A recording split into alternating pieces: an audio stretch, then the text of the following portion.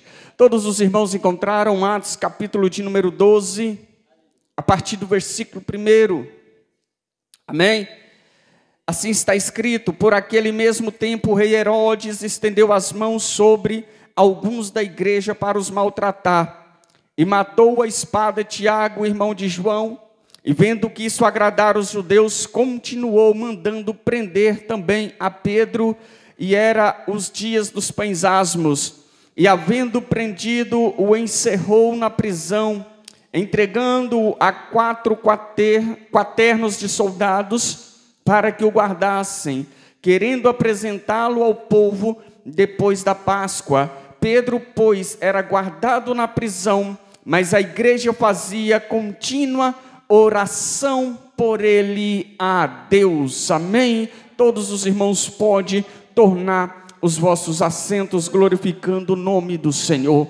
Meus amados, nesta noite o Senhor já confirmou esta mensagem ao chegar nesta igreja, pois o Espírito Santo falava ao meu coração acerca da oração. Ao chegar aqui, Deus já testifica que a mensagem tinha que ser esta mensagem sobre a oração. E nesta noite, baseado na Bíblia Sagrada, eu quero pregar sobre o tema o poder da oração, o poder da igreja que ora. Atos capítulo de número 12, trata-se de uma história ainda do início do cristianismo, da igreja primitiva, quando os primeiros cristãos, os apóstolos, estavam dando início à igreja do Senhor Jesus Cristo. E nós sabemos que a igreja, ela se dá início em meio a uma grande perseguição. A igreja primitiva é uma igreja que sofreu perseguição. Quando nós vamos estudar, meus queridos, a história da igreja, nós vamos ver que os discípulos de Jesus, eles morreram de forma cruéis, com exceção de João, que o único que morreu sem ser morto pelos perseguidores. João foi o único dos discípulos que morreu em sua velhice, mas todos os demais morreram por amor a Cristo, por amor ao Evangelho. E nós sabemos que no início muito era a perseguição, mas só, queridos, que quanto mais perseguiam a igreja, quanto mais eles matavam cristão, mais o cristianismo expandia, mais o cristianismo atravessava fronteiras, o povo matando o cristão e Jesus dando crescimento à sua obra. Fizeram de tudo. Se hoje nós estamos aqui sentados neste banco ouvindo a palavra, alto foi o preço para o evangelho chegar até nós, mas sabemos que a missão de Cristo, o propósito central de Cristo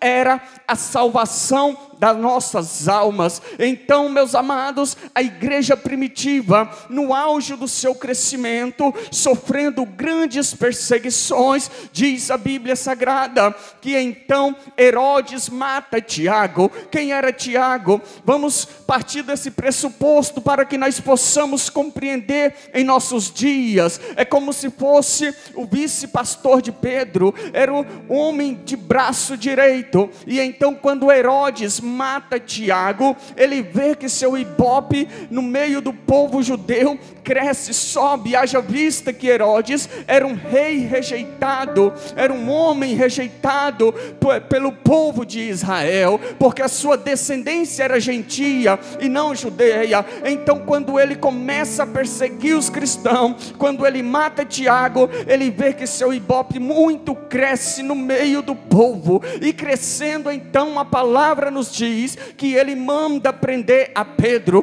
que provavelmente estava de viagem para a Ásia.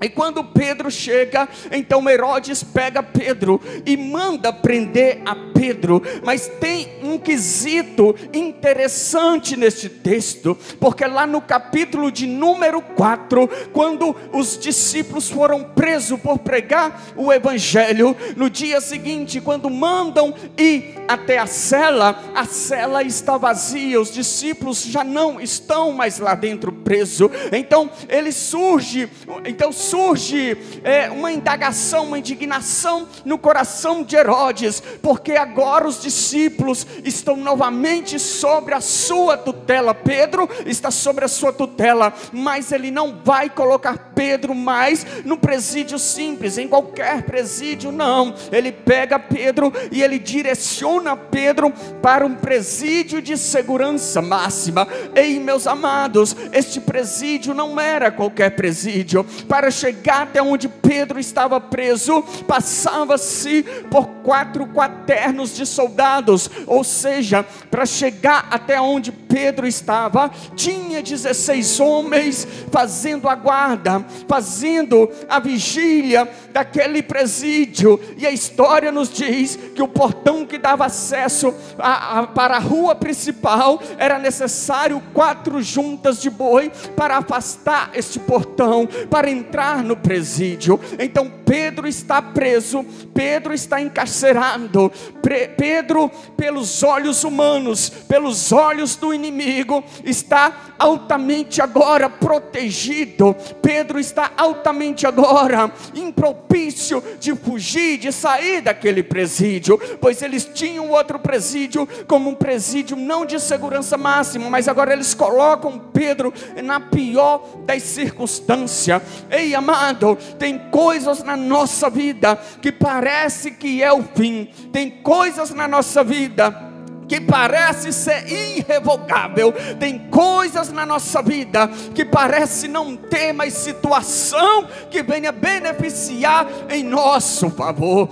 Veja bem, o povo judeu perseguindo os apóstolos e discípulos, juntamente agora com o apoio do rei, parecia ser o fim do ministério de Pedro, parecia agora ser o fim do ministério que Deus confiou a Pedro, parecia, mas aquilo que parece para nós, não parece para Deus. Aquilo que parece ser normal para nós, para o nosso Deus não é normal. Ei, querido, nós só podemos parar de dobrar os nossos joelhos e clamar a Deus só quando mesmo testificar em nosso coração. Mas enquanto isso não acontece, nós temos que dobrar os nossos joelhos, colocar a nossa boca no pó, nos descer na presença de Deus, porque eles pensavam que agora Pedro estava no seu fim, estava no seu limite. Mas o texto bíblico também vai nos dizer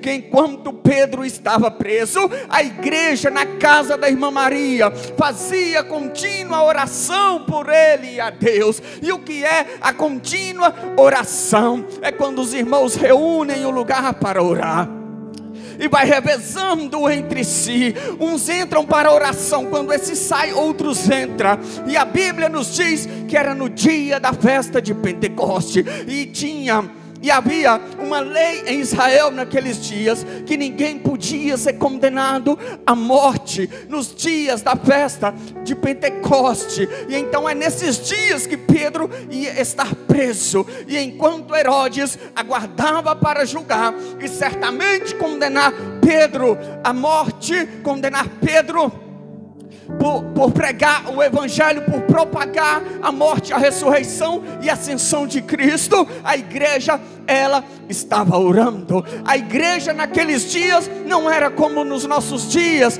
que nós temos um templo, temos cadeiras, temos o conforto de sentar, de orar, de adorar, de gritar, de ministrar como eu estou ministrando aqui, com liberdade, com autoridade. Não, a igreja era a igreja perseguida. O povo adorava em silêncio, o povo orava em silêncio, não podiam ser descobertos. A igreja estava escondida, mas a igreja estava orando na casa da irmã Maria. E Pedro, como que Pedro estava naquele presídio? Pedro estava dormindo. Enquanto a igreja orava, Pedro descansava. Enquanto a igreja clamava por Pedro, a Bíblia nos diz que esse está no cárcere dormindo entre os soldados. Aqui eu aprendo uma lição com Pedro, porque Pedro, ele sabia primeiro quem o chamou para o pleno ministério. Não foi qualquer um que chamou Pedro. Veja que quando Veja que quando Jesus ressuscita, Ele manda chamar os discípulos.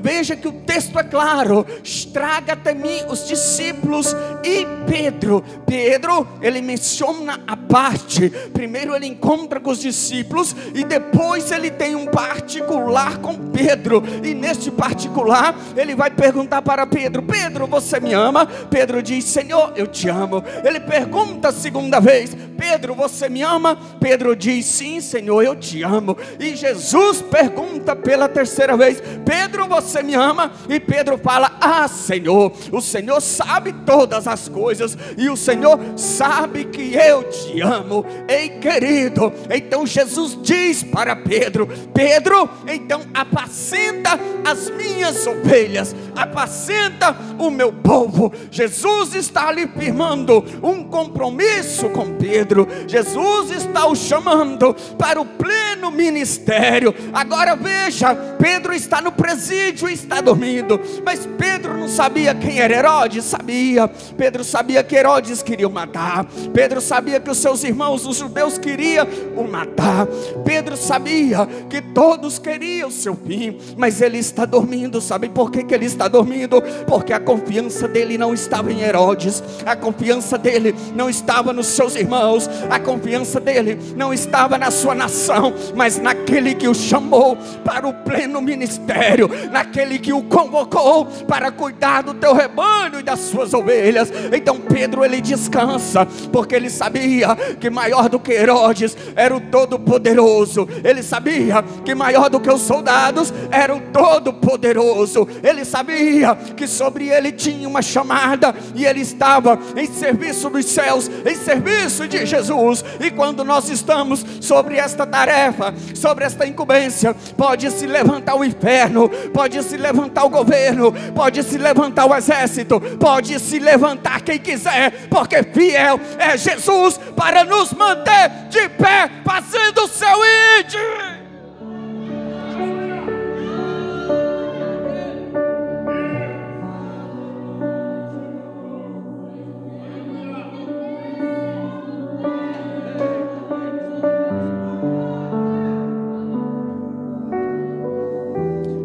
Só que o que acontece? Enquanto Pedro está preso, os dias vão se passando, as horas vão se passando, e Pedro continua preso. Diz a história que foram mais de 20 dias Pedro encarcerado e o povo orando por ele.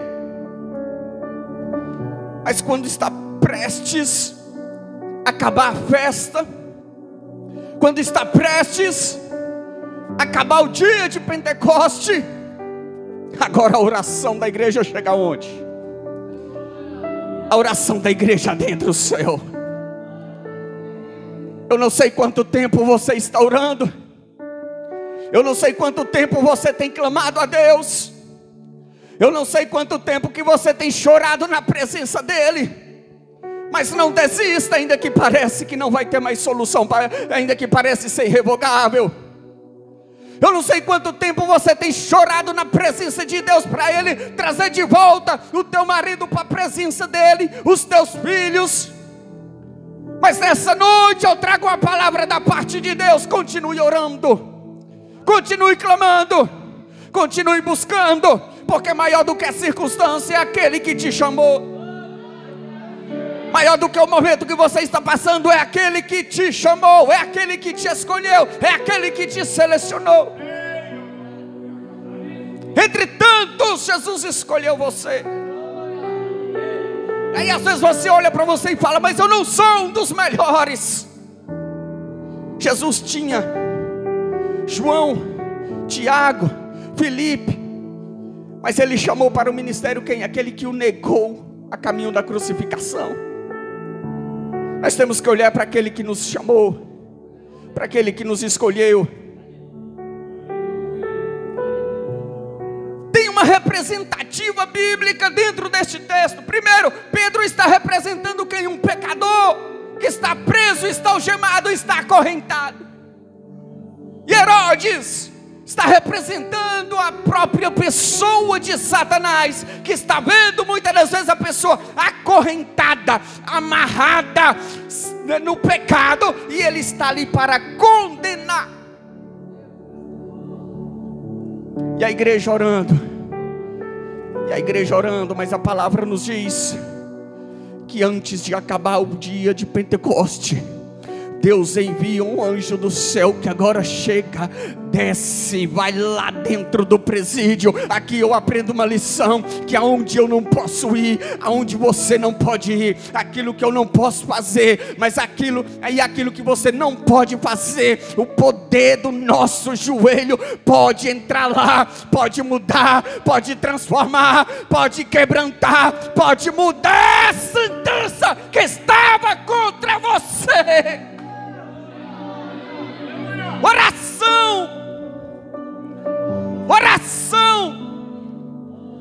Oração aqui nós aprendemos algumas lições. Primeiro, é o nosso meio de comunicação nas mansões celestiais.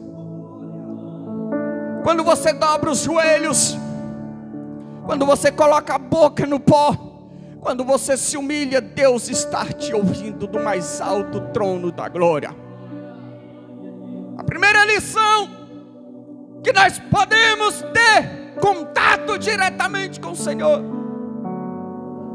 Segunda lição, diante dos nossos joelhos, não existe causa impossível.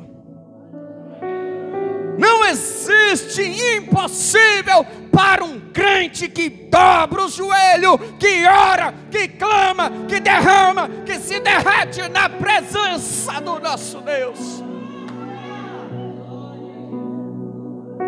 Porque quando todos pensam assim, acabou para ele, acabou para ela, acabou, tem jeito mais não, acabou. Aí o céu se levanta. Aí Jesus diz: agora eu vou mostrar quem eu sou. Agora eu mostro quem eu sou.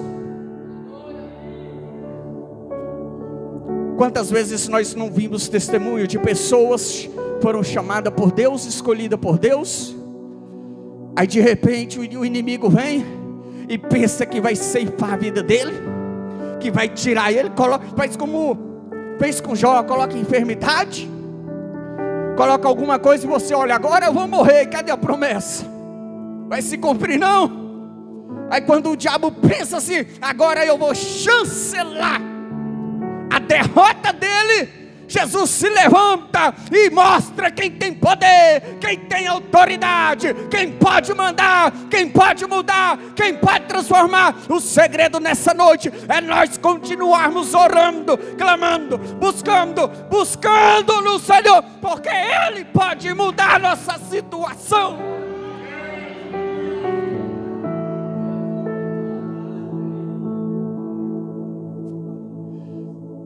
Parecia que Pedro ia morrer. Eita! Imagina o povo judeu, né? Porque até então havia um boato dentro de Israel que Jesus não tinha ressuscitado, mas que os discípulos tinham roubado o seu corpo do túmulo.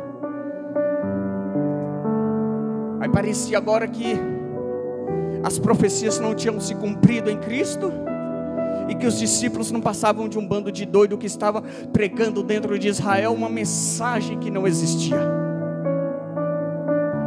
E o intuito de Herodes era abafar o cristianismo, abafar, acabar com o cristianismo. Mas a igreja da irmã Maria, a igreja da casa da irmã Maria, dobra os teus joelhos e clama, e clama, e clama incansavelmente, clama continuamente. Toda perseverança, ela vai gerar em você um fruto. Toda perseverança vai trazer um benefício de Deus para a sua vida. Todo crente que persevera, ele vive milagre. Todo crente que persevera, ele vive algo da parte de Deus. Deus. E aí as pessoas olham para a gente e falam: ah, você não é comum. Como ser comum diante de um mundo que só acusa? Nós somos incomuns para eles, mas para nós é graça, é glória, poder de Deus na nossa vida.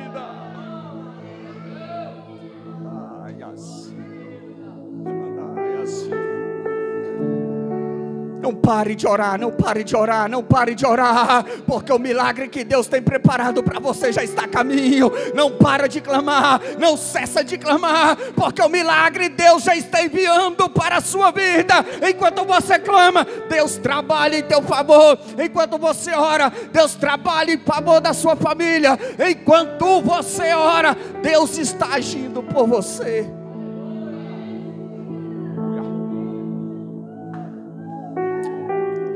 Aí quando o anjo chega, ele vai aonde? Aonde você não podia chegar. Ele vai lá dentro do presídio. 16 soldados fazendo a guarda de Pedro, e mais 2, aonde ele estava acorrentado braço. Cada lado dele tinha um soldado, braço com braço e perna com perna, Pedro acorrentado. Aos olhos humanos, quem pode libertar um homem deste? Aos olhos do homem, quem poderia libertar Pedro? Quem poderia tirar ele de lá de dentro? Qual tem sido a sua causa? Talvez você está dizendo: eu não posso resolver. Ninguém pode mais resolver. A medicina já não pode mais revogar a minha situação. Talvez a sentença já está batida, está crivada por parte do homem. Mas o nosso Jesus, aquele que faz o impossível, aquele que muda a quadra, aquele que muda a situação, Ele tem ouvido o teu clamor, Ele tem ouvido a tua oração. Da mesma maneira que ouviu a oração da igreja da irmã Maria, Ele também está ouvindo a tua oração nesta noite. Deus conhece teu percurso, Deus conhece a tua trajetória, Deus tem visto o teu clamor. Não se engane nesta noite dizendo: por quanto mais eu oro, parece que pior fica. Era a mesma situação de Pedro, porque quanto mais a igreja orava, os dias se passavam, mais perto da sua condenação estava, mais se aproximava o dia da sua condenação. Mas quanto mais se aproximava o dia de Pedro ser condenado, mais a igreja orava, mais a igreja clamava, mais a igreja buscava a presença de Deus, mais a igreja falava: Senhor, teu servo está preso, Senhor, Pedro está encarcerado, Senhor, faz alguma coisa. Tem situação, meus irmãos, que não adianta nós acionar ninguém, não adianta acionar o advogado, não adianta sair daqui lá para São Paulo, para os Estados Unidos, procurar a melhor medicina. Não, tem situação que você pode vender tudo o que você tem, que você não vai conseguir mudá-la. Não adianta você ter recursos, não adianta você ter dinheiro, mas a oração, mas o joelho dobrado do crente pode mudar a história, pode mudar a situação. Aquilo que meu dinheiro, aquilo que seu dinheiro não pode resolver, o nosso joelho, mediante a presença daquele que tudo pode mudar, pode transformar, pode mudar o quadro, a sentença. E aí o anjo chega. Aí a palavra nos diz, quando você vai estudar sobre a história, você vai ver que os soldados, eles não podiam sequer cochilar. Não podia. Era vigília. Soldados não podiam dormir. E o que acontece quando o anjo chega? Os soldados começam a cochilar. E Pedro, que estava dormindo, o anjo toca: Pedro, vamos embora. Pedro, vamos embora. Sabe que eu aprendo outra lição, que quando chega o momento de Deus operar um milagre, às vezes ela é tão grande que nós nem acreditamos no que está acontecendo. Talvez você tenha sofrido tanto, tenha chorado tanto, tenha descido tanto na presença, que quando Deus fazer algo em teu favor, você vai falar: não está acontecendo, não está acontecendo. É porque é grande demais. Sabe por quê? Porque a palavra nos diz que quando o anjo toca, Pedro não sabia se ele estava dormindo, não sabia nem o que estava acontecendo. Era um milagre que tinha chegado, a provisão de Deus. Pedro, e o que acontece? As algemas quebram, as correntes quebram, e ele fala: pega sua sandália, pega sua capa, cinge, vamos embora daqui, Pedro, vamos sair. recursos de Deus, provisões de Deus na vida daquele escolhido, provisões de Deus na vida daquele que era chamado por Ele. E então Pedro, com o anjo, ele sai do presídio. Lembra que no início da mensagem eu disse que a história diz que era necessário 4 juntas de boi para apastar o portão? Tem quantos boi no texto bíblico? Não tem nenhum, mas tem o quê? Joelho dos crentes da casa da irmã Maria. Joelho dos crentes da casa da irmã Maria. O portão cai por terra, Pedro passa por cima, passa com o anjo e vai até determinado ponto, e o anjo fala: agora vai Pedro, agora vai Pedro. E quando ele chega na igreja, quando ele chega na casa, que começa a bater no portão, a palavra nos diz que uma moça chamada Rod corre para poder ver quem era que estava batendo, e quando ela ouve a voz de Pedro, a palavra nos diz que ela se alegra tanto, que ela, em vez de abrir o portão, ela volta correndo para dizer para a igreja: Pedro está lá fora. E a igreja parece não acreditar no milagre, olha para ela e pensa que a menina está ficando doida. Como?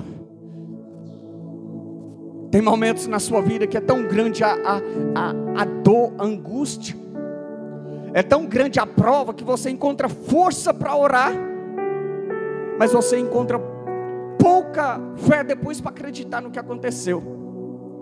Porque a igreja diz assim: olha, menina, não pode ser Pedro, ele está preso. E ela diz: mas eu conheci ele pela voz.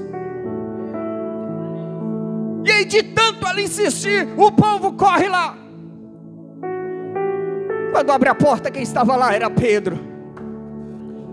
O milagre tinha chegado, o milagre tinha acontecido. Jesus respondeu a oração daquela igreja. Jesus respondeu a oração daqueles crentes.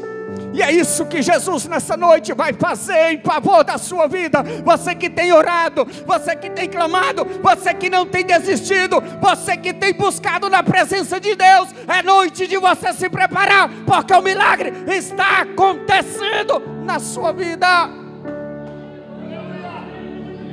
Noite de milagre, noite de milagre, noite de provisão de Deus.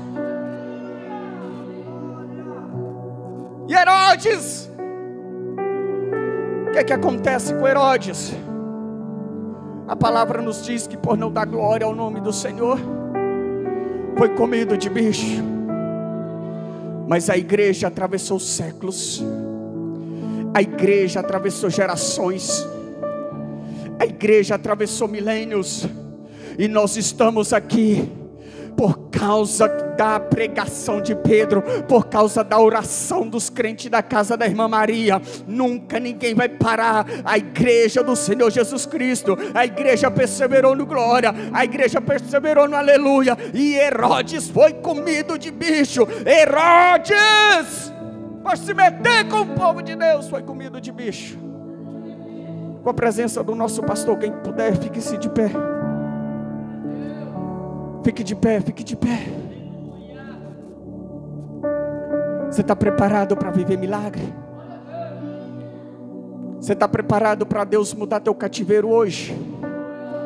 Você tem orado incansavelmente. Te prepara, porque o Senhor vai entregar algo para ti nesta noite. Se a esposa do pastor puder louvar, preparar um louvor, porque eu desejo nesta noite fazer uma oração pela sua vida. Mas vamos orar de forma diferente. Vamos orar pedindo ao Senhor: meu Pai, hoje é a noite do Senhor virar o meu cativeiro. Hoje é a noite do Senhor, meu Pai, quebrar o protocolo que o inimigo tinha colocado contra mim. É noite que eu quero ver, meu Pai, o Senhor agir em meu favor. Porque enquanto você orar, em nome de Jesus Cristo, eu quero profetizar sobre a sua vida, que as cadeias não suportarão o poder da sua oração. O inimigo não vai suportar a opressão mais que ele tem colocado em você. Vai ter que bater em retirada, porque é noite de transformação, é noite de mudança, é noite de cura, é noite de renovo, é noite de Jesus mudar a sua situação, é noite de Jesus mudar a tua situação. Meu Deus, Jesus fez grandes coisas aqui nesta noite. Eu já vou devolver o microfone, mas antes de devolver eu quero aqui fazer 2 apelos. O primeiro, se tem alguém aqui que está afastado dos caminhos do Senhor, por alguma razão você tem desanimado, você tem abandonado a barca, você tem pulado fora da chamada que Deus te convocou e deseja nesta noite reconciliar-se com o Senhor, a oportunidade é essa de você voltar para a casa do Pai. E o segundo convite é, se tiver no nosso meio alguém que deseja se render ao nosso Cristo, se tem alguém que nesta noite deseja entregar sua vida a Ele, confessá-lo como Salvador, o momento é este de você estar vindo aqui, porque eu quero devolver para o pastor desta igreja, qual estará orando pela sua vida. O momento é este, a oportunidade é esta de você se entregar a Jesus Cristo. E muitas das vezes nós estamos como Pedro, acorrentados, e parece que o diabo está tendo poder total sobre a nossa vida. Quem olha para mim mal imagina que eu era cachaceiro ao ponto de dormir nas ruas. Entrei para o tráfico, usando droga, fazendo de tudo que não presta, tudo que não prestava eu praticava, mas um dia Jesus me chamou, me convocou, me perdoou, me transformou. Hoje eu pastoreio igreja, o Senhor me deu uma bênção, a minha esposa que também louva, é cantora, tem hinos gravados, em outra oportunidade ela vai estar aqui. O mesmo Jesus quer fazer na sua vida. Se tiver a oportunidade é esta, e eu quero aqui agradecer por esta oportunidade.